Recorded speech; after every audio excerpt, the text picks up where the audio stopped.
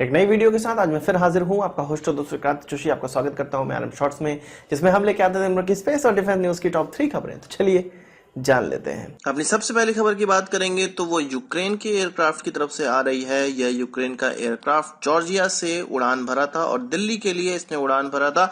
अंतनोव AN-12 heavy cargo aircraft था और इसको इंडियन एयरफोर्स ने जयपुर एयरबेस में उतरने पे मजबूर किया।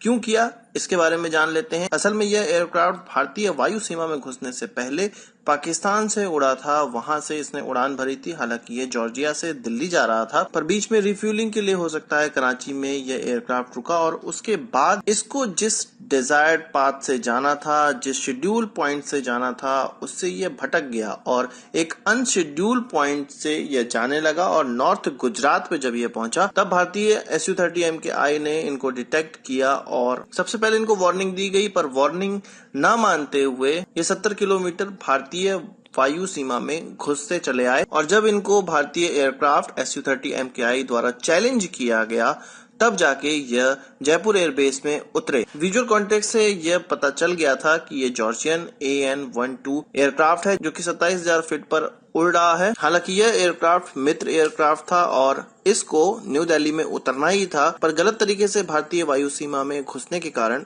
इस एयरक्राफ्ट को जयपुर एयरबेस में उतारा गया, जो कि भारतीय वायु सेना की एक अच्छी तैयारी को दर्शाता है। अगली खबर हमारी ईरान की तरफ से आ रही है। भारत ने यूएस के दबाव में ऑयल इंपोर्ट ईरान से बिल्कुल खत्म कर दिया है, ऐसा कुछ खबरों में निकलकर सामने आया है। आप जानते हैं कि भारत और कुछ 7 अन्य देशों को यह व्यूवरशिप मिली थी कि नवंबर के बाद 6 महीने तक और वो ईरान से तेल खरीद सकते हैं, जो कि व्यूवरशिप की मियाद अब खत्म हो गई है। मई 2 तारीख को यह मियाद खत्म हो गई और इसके बाद अब भारत को कोई भी तेल ईरान से इंपोर्ट नहीं करना है। इसके अलावा ईरान को अभी जो पुराने ऑर्डर दिए गए हैं वह भारत तक पहुंचाए जाएंगे और समंदर में जो जहाज तेल लेकर आ रहे हैं वो आएंगे, पर अब नया कॉन्ट्रैक्ट तेल का कोई भी ईरान को नहीं दिया जाएगा। ऐसा पहली बार हुआ है कि यूएस के सैंक्शंस के कारण भारत ईरान से तेल खरीदना बंद कर रहा है। आप जानते हैं कि भारत चाइना के बाद ईरान का सबसे बड़ा कस्टमर है और भारत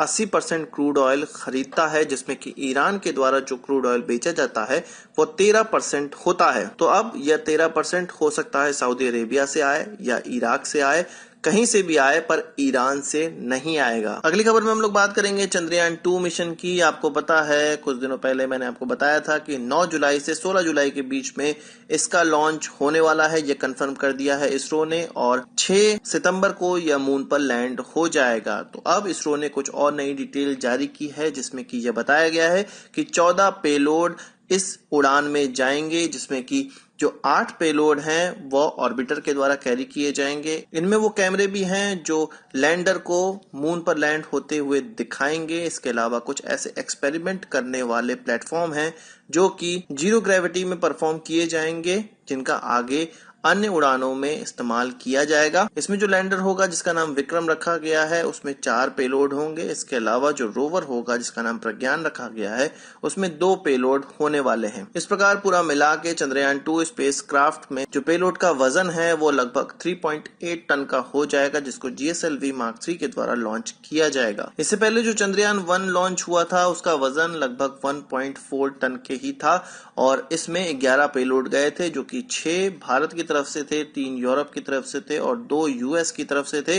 पर अब जो चंद्रयान 2 में पेलोड जाएगा वो 14 के 14 भारतीय ही होंगे। अगली खबर में हम लोग बात करेंगे एक ऐसे व्हीकल की जो कि चाइना ने डेवलप किया है और इसके द्वारा सुसाइडल ड्रोन को भी लॉन्च किया जा सकता है। ऐसे ड्रोन जो कि रिकॉनेसेंस करते हैं और वक्त पड़ने पे अटैक ड्रोन की तरह काम करते हैं, सुसाइडल ड्रोन बन जाते हैं, उस प्रकार के ड्रोन को भी इस व्हीकल के द्वारा लॉन्च किया जा सकता है और 12 इस प्रकार के ड्रोन इस व्हीकल से लॉन्च किए जा सकते हैं। इन व्हीकल के टॉप पे ट्यूब्स होंगी जिनमें की ड्रोन को फिक्स किया जाएगा और प्रेशर के द्वारा इन ड्रोन को हवा में उड़ाया जाएगा। आपको पता है कि इस प्रकार के सुसाइडल ड्रोन अपने आप से उड़ान नहीं भर पाते हैं, इनको किसी न किसी मैकेनिज्म की आवश्यकता होती है जिससे कि यह हवा में जा सके और तब जाके इनको कंट्रोल किया जाता है और तब जाके इनका इंजन ऑन होता है। तो चाइना ने इस प्रकार के व्हीकल जो कि आर्मर्ड भी होंगे और ड्रोन को भी लॉन्च कर सकेंगे, ऐसे व्हीकल बना लिए हैं और युद्ध में या दुश्मन को आश्चर्यचकित करने के लिए काफी होंगे।